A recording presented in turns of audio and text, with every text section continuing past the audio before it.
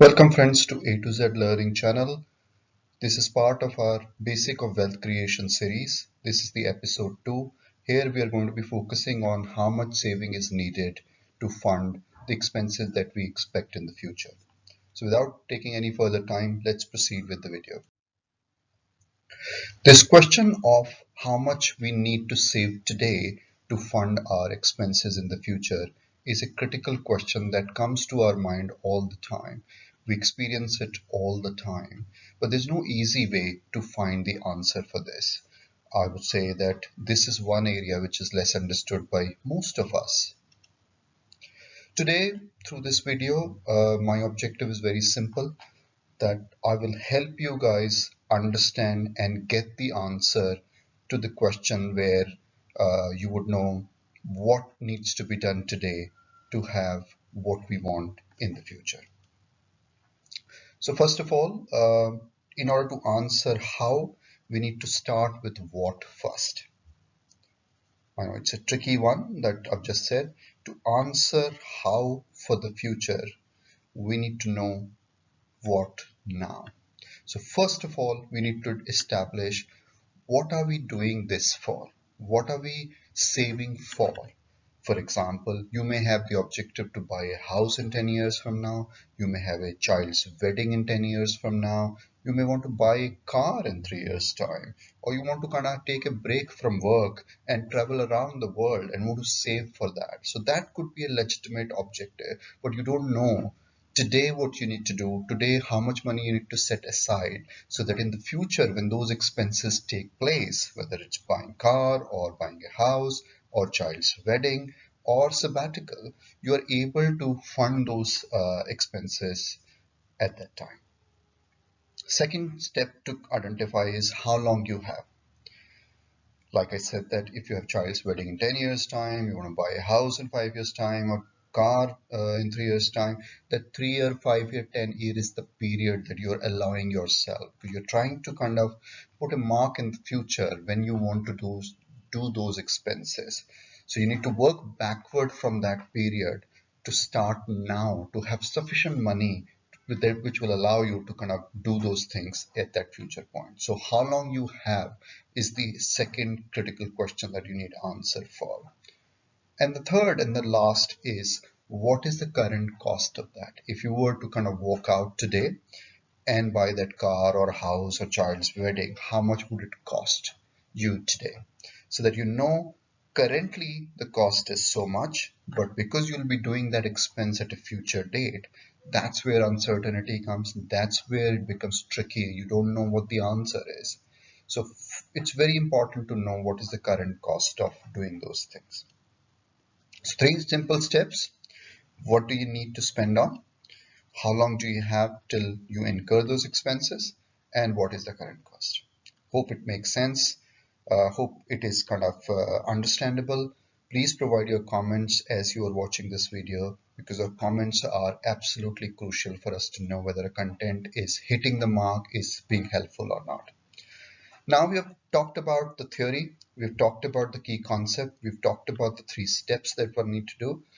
Let's talk about and understand an example so that we know all the numbers, how it works in practice. For the example, I'm taking the example where Meenakshi, who's the person I've chosen here, has got one daughter who need to gonna get married in 10 years time. She estimates that if the wedding take place today, it will cost her 25 lakh, but because the wedding is going to be 10 years down the line, therefore she doesn't know how much she would need. And we all know in our day-to-day practice that what we are spending today, if we need to do the same thing in 5 years time, 10 years time, 15 years time, it will cost a lot more. And the key reason the money that is needed more than today is because our money in its value is eroding. And what is kind of taking away the value of money is the inflation. Inflation reduces the value of money over time. So what you have today, say 10 rupees you have today, the 10 rupee value is 10 rupee today, but if you want to buy the same thing that you can buy with the current 10 rupee in 10 years from now, you will need a lot more than 10 rupees of that future date. And this happens because of the inflation. So let's keep in mind that the inflation is the key factor that we need to consider as we estimate the future value of our current expenses. Key points in the example that we've just talked about, that wedding is anticipated after 10 years from now. So 10 years is the time period that you have. The current cost is estimated to be 25 lakh rupees. Again, that is important number to know.